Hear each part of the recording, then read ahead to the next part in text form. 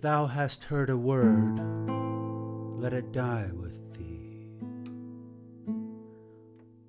Mr. Bulstrode was still seated in his manager's room at the bank about 3 o'clock of the same day on which he had received Lydgate there, when the clerk entered to say that his horse was waiting, and also that Mr. Garth was outside and begged to speak with him.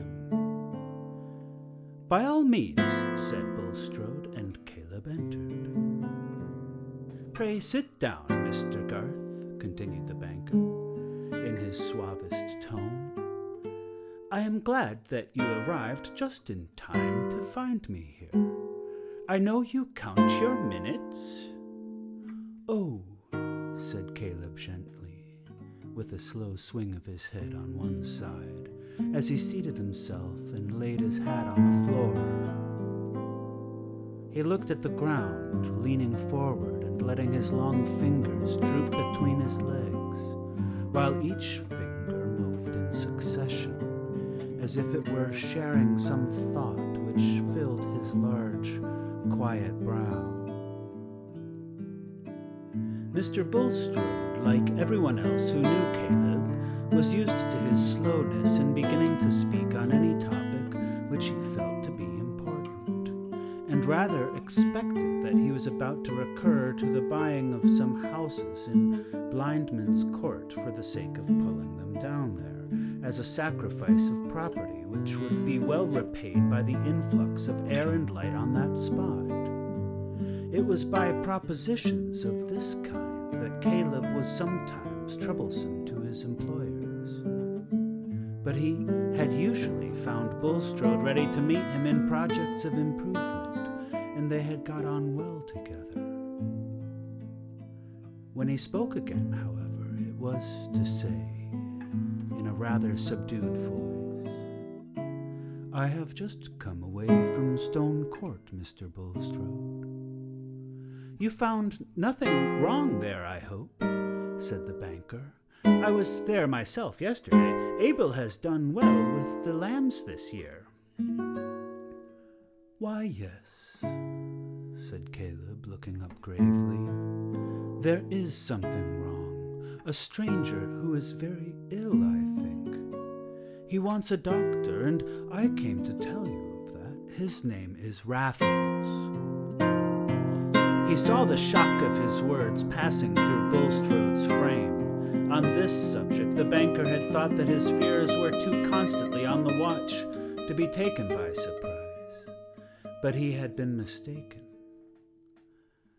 "Poor wretch," he said in a compassionate tone, though his lips trembled a little.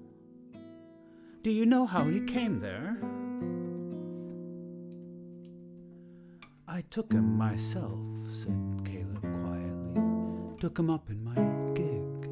He had got down from the coach and was walking a little beyond the turning from the toll house, and I overtook him. He remembered seeing me with you once before at Stone Court, and he asked me to take him on. I saw he was ill. It seemed to me the right thing to do, to carry him under shelter. And now I think you should lose no time in getting advice for him." Caleb took up his hat from the floor as he ended and rose slowly from his seat. "Certainly," said Bulstrode, whose mind was very active at this moment. "Perhaps you will yourself oblige me, Mr. Garth, by calling at Mr. Lydgate's as you pass. Or stay, he may at this hour probably be at the hospital. I will first send my man on the horse there with a note this instant, and then I will myself ride to Stone Court." Bulstrode quickly wrote a note, and went out himself to give the commission to his man. When he returned, Caleb was standing as before, with one hand on the back of the chair, holding his hat with the other. In Bulstrode's mind, the dominant thought was, perhaps Raffles only spoke to Garth of his illness. Garth may wonder, as he must have done before, at this disreputable fellow's claiming intimacy with me, but he will know nothing, and he is friendly to me. I can be of use to him. He longed for some confirmation of this hopeful conjecture, but to have asked any question as to what Raffles had said or done would have been to betray fear.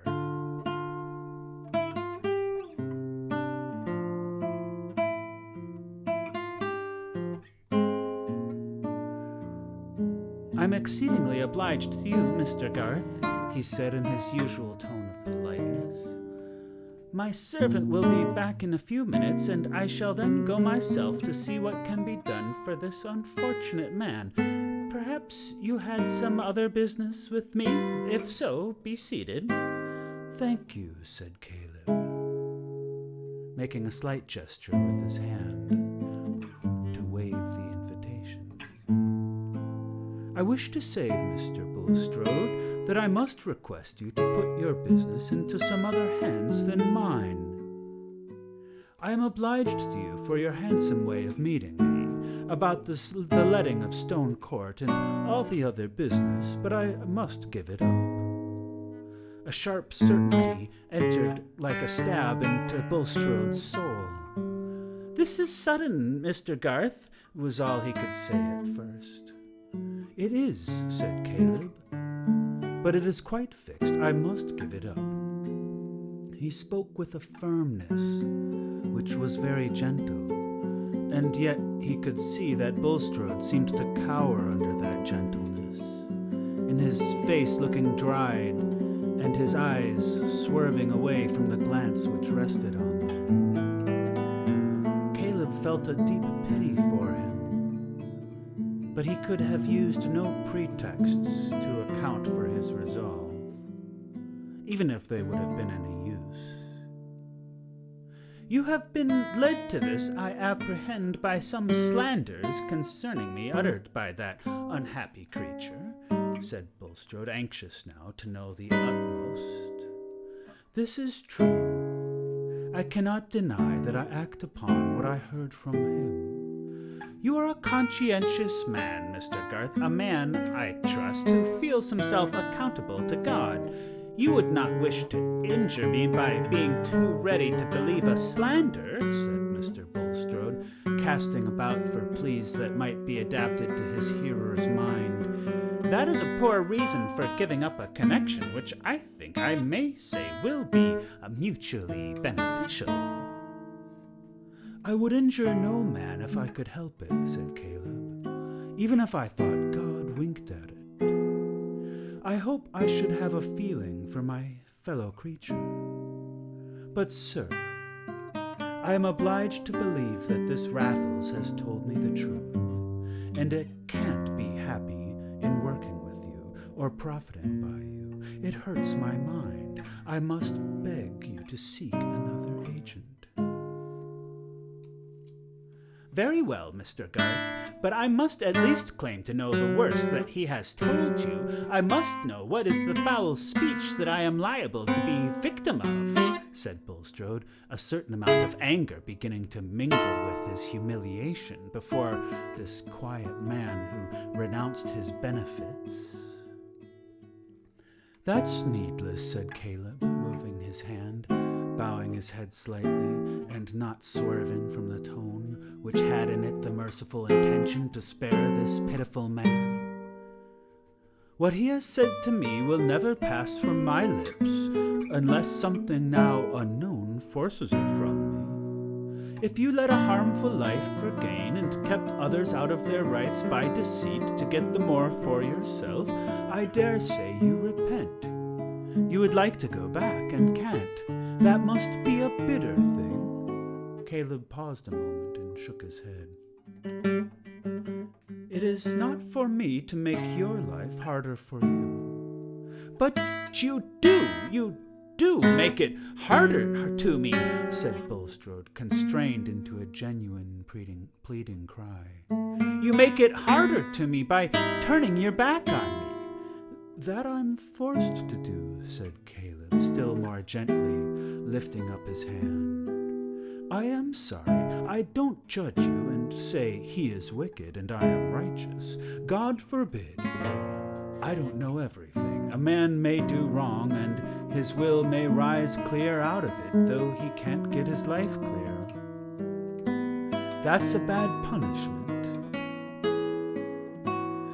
If it is so with you, well, I'm very sorry for you. But I have that feeling inside me that I can't go on working with you. That's all, Mr. Bulstrode. Everything else is buried so far as my will goes, and I wish you good day. One moment, said Bulstrode hurriedly. I may trust then to your solemn assurance that you will not repeat either to man or woman what, even if it have any degree of truth in it, is yet a malicious representation. Caleb's wrath was stirred, and he said indignantly, Why should I have said it if I didn't mean it? I am in no fear of you. Such tales as that will never tempt my tongue. Excuse me, I am agitated. I am the victim of this abandoned man. Stop a bit. You have got to consider whether you didn't help to make him worse when you profited by his vices. You are wronging me by too readily believing him, said Bulstrode, oppressed as by a nightmare, with the inability to deny flatly what Raffles might have said, and yet feeling it an escape that Caleb had not so stated it to him as to ask for that flat denial. No, said Caleb, lifting his hand deprecatingly. I am ready to believe better when better is proved. I rob you of no good chance. As to speaking, I hold it a crime to expose a man's sin unless I'm clear it must be done to save the innocent. That is my way of thinking, Mr. Bulstrode. And what I say, I've no need to swear. I wish you good day. Some hours later, when he was at home, Caleb said to his wife incidentally that he had had some little differences with Mr. Bulstrode, and that in consequence he had given up all notion of taking Stone Court, and indeed had resigned doing further business for him.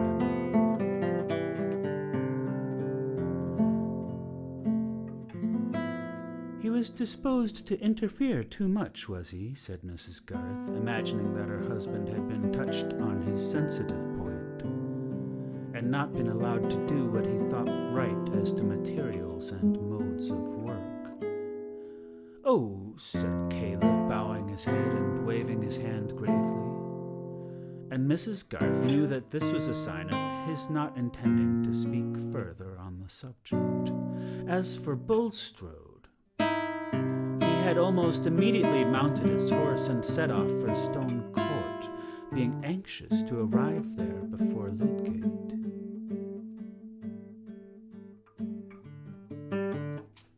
His mind was crowded with images and conjectures, which were a language to his hopes and fears, just as we hear tones from the vibrations which shake our whole system.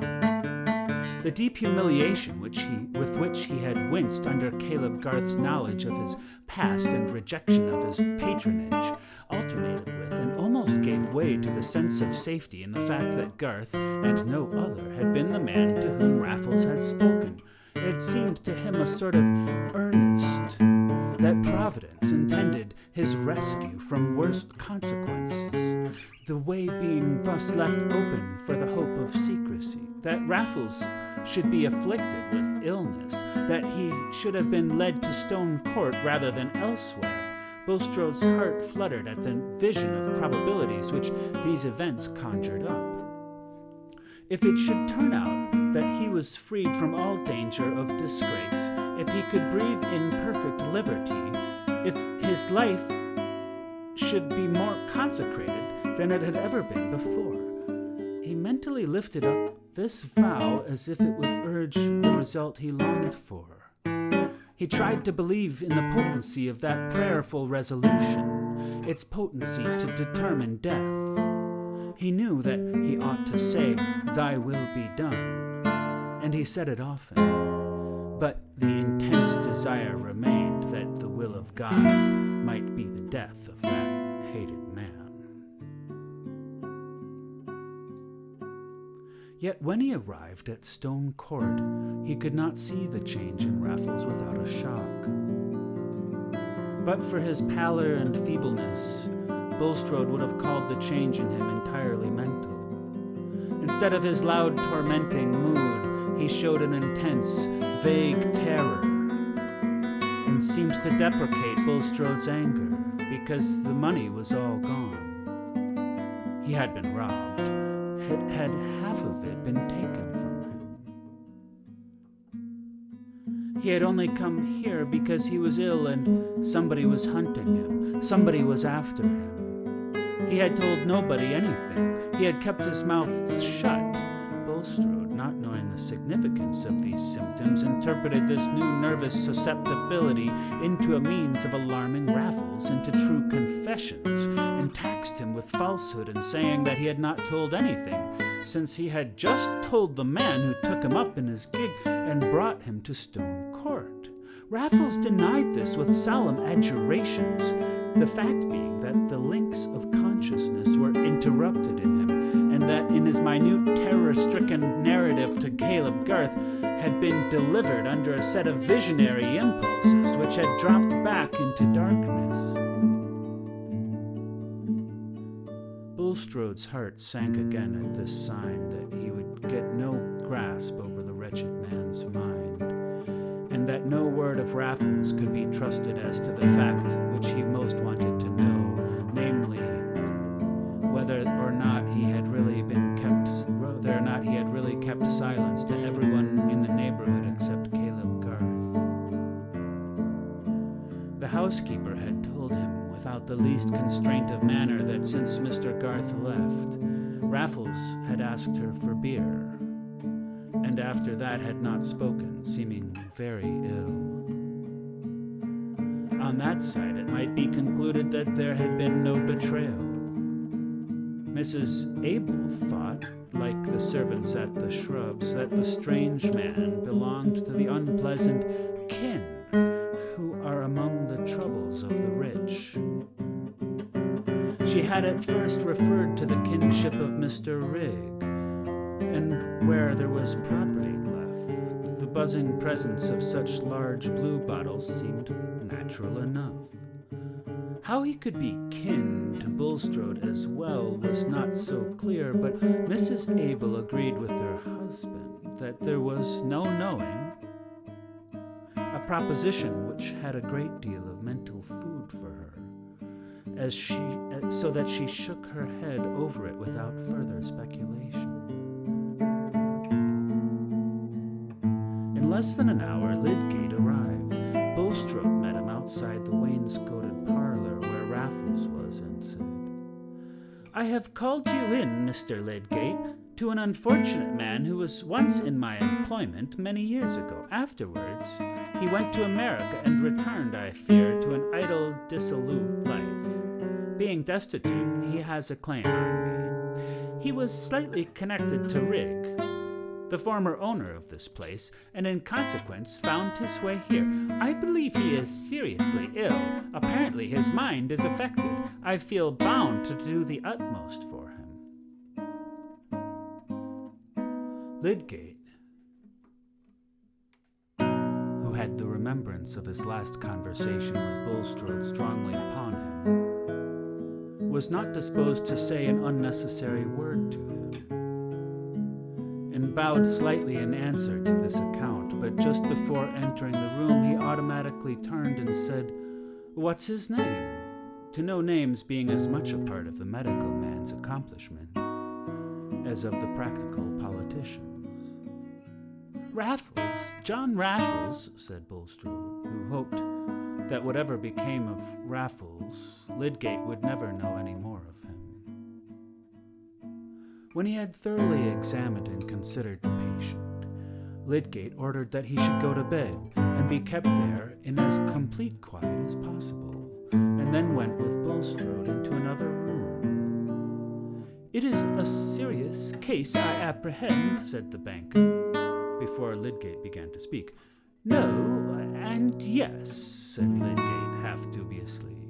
"It is difficult to decide as to the possible side effect of long-standing complications, but the man had a robust constitution to begin with. I should not expect this attack to be fatal, though, of course, the system is in a ticklish state. He should be well watched and attended to." "I will remain here myself," said Bulstrode. "Mrs. Abel and her husband are inexperienced. I can easily remain here for the night, if you will oblige me by taking a note for Mrs. Bulstrode." "I should hardly think that is necessary," said Lydgate. "He seems tame and terrified enough. He might become more unmanageable. But there is a man here, is there not?" "I have more than once stayed here a few nights for the sake of seclusion," said Bulstrode indifferently. "I am quite disposed to do so now. Mrs. Abel and her husband can relieve or aid me, if necessary." "Very well, then I need give my directions only to you," said Lydgate, not feeling surprised at a little peculiarity in Bulstrode. "You think, then, that the case is hopeful?" said Bulstrode, when Lydgate had ended giving his orders. "Unless there turn out to be further complications, such as I have not at present detected, yes," said Lydgate. "He may pass on to a worse stage, but I should not wonder if he got better in a few days, by adhering to the treatment I have prescribed. There must be firmness. Remember, if he calls for liquors of any sort, not to give them to him. In my opinion, men in his condition are oftener killed by treatment than by the disease. Still, new symptoms may arise. I shall come again tomorrow morning." After waiting for the note to be carried to Mrs. Bulstrode, Lydgate rode away, forming no conjectures, in the first instance, about the history of Raffles, but rehearsing the whole argument, which had lately been much stirred by the publication of Dr. Ware's abundant experience in America as to the right way of treating cases of alcoholic poisoning such as this. Lydgate, when abroad, had already been interested in this question. He was strongly convinced against the prevalent practice of allowing alcohol and persistently administering large doses of opium, and he had repeatedly acted on this conviction with a favorable result. "The man is in a diseased state," he thought, "but there's a good deal of wear in him still. I suppose he is an object of charity to Bulstrode. It is curious what patches of hardness and tenderness lie side by side in men's dispositions. Bulstrode seems the most unsympathetic fellow I ever saw about some people, and yet he has taken no end of trouble and spent a great deal of money on benevolent objects. I suppose he has some test by which he finds out whom heaven cares for, and has made up his mind that it doesn't care for me." This streak of bitterness came from a plenteous source, and kept widening in the current of his thought as he neared Lowick Gate. He had not been there since his first interview with Bulstrode in the morning, having been found at the hospital by the banker's messenger, and for the first time he was returning to his home without the vision of any expedient in the background which left him a hope of raising money to deliver him from the coming destitution of everything which made his married life tolerable, everything which saved him and Rosamond from that bare isolation in which they would be forced to recognize how little of a comfort they could be to each other. It was more bearable to do without tenderness for himself than to see that his own tenderness could make no amends for the lack of other things to her. The sufferings of his own pride from humiliations past and to come were keen enough, yet they were hardly distinguishable to himself from that more acute pain which dominated them, the pain of foreseeing that Rosamond would come to regard him chiefly as the cause of disappointment and unhappiness to her. He had never liked the makeshifts of poverty, and they had never before entered into his prospects for himself, but he was now beginning to imagine how two creatures who loved each other and had a stock of thoughts in common might laugh over their shabby furniture and their calculations how far they could afford butter and eggs. But the glimpse of that poetry seemed to him as far off as the carelessness of the golden age. In poor Rosamond's mind there was not enough room for luxuries to look small in. He got down from his horse in a very sad mood, and went into the house not expecting to be cheered except by his dinner, and reflecting that before the evening closed it would be wise to tell Rosamond of his application to Bulstrode and its failure. It would be well not to lose time in preparing her for the worst. But his dinner waited for him long before he was able to eat it. For on entering, he found that Dover's agent had already put a man in the house, and when he asked where Mrs. Lydgate was, he was told that she was in her bedroom. He went up and found her stretched on the bed, pale and silent, without an answer even in her face to any word or look of his. He sat down by the bed and began leaning over her. He sat down by the bed and, leaning over her, said with a cry almost of prayer, "Forgive me for this misery, my poor Rosamond. Let us only love one another." She looked at him silently, still with the blank despair on her face. But then the tears began to fill her blue eyes, and her lip trembled. The strong man had had too much to bear that day. He let his head fall beside hers and sobbed. He did not hinder her from going to her father early in the morning. It seemed now that he ought not to hinder her from doing as she pleased. In half an hour she came back and said that Papa and Mamma wished her to go and stay with them while things were in this miserable state. Papa said he could do nothing about the debt. If he paid this, there would be a half-dozen more. She had better come back home again till Lydgate had got a comfortable home for her. "Do you object, Tertius?" "Do as you like," said Lydgate. "But things are not coming to a crisis immediately. There is no hurry." "I should not go till tomorrow," said Rosamond. "I shall want to pack my clothes." "Oh, I would wait a little longer than tomorrow. There is no knowing what may happen," said Lydgate with bitter irony. "I may get my neck broken, and that may make things easier for you." It was Lydgate's misfortune, and Rosamond's too, that his tenderness towards her, which was both an emotional prompting and a well-considered resolve, was inevitably interrupted by these outbursts of indignation, either ironical or remonstrant. She thought them totally unwarranted, and the repulsion which this exceptional severity excited in her was in danger of making the more persistent tenderness unacceptable. "I see you do not wish me to go," she said with chill mildness. "Why can you not say so without that kind of violence?"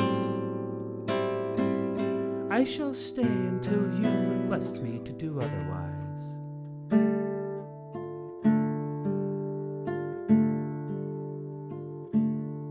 Lydgate said no more, but went out on his rounds.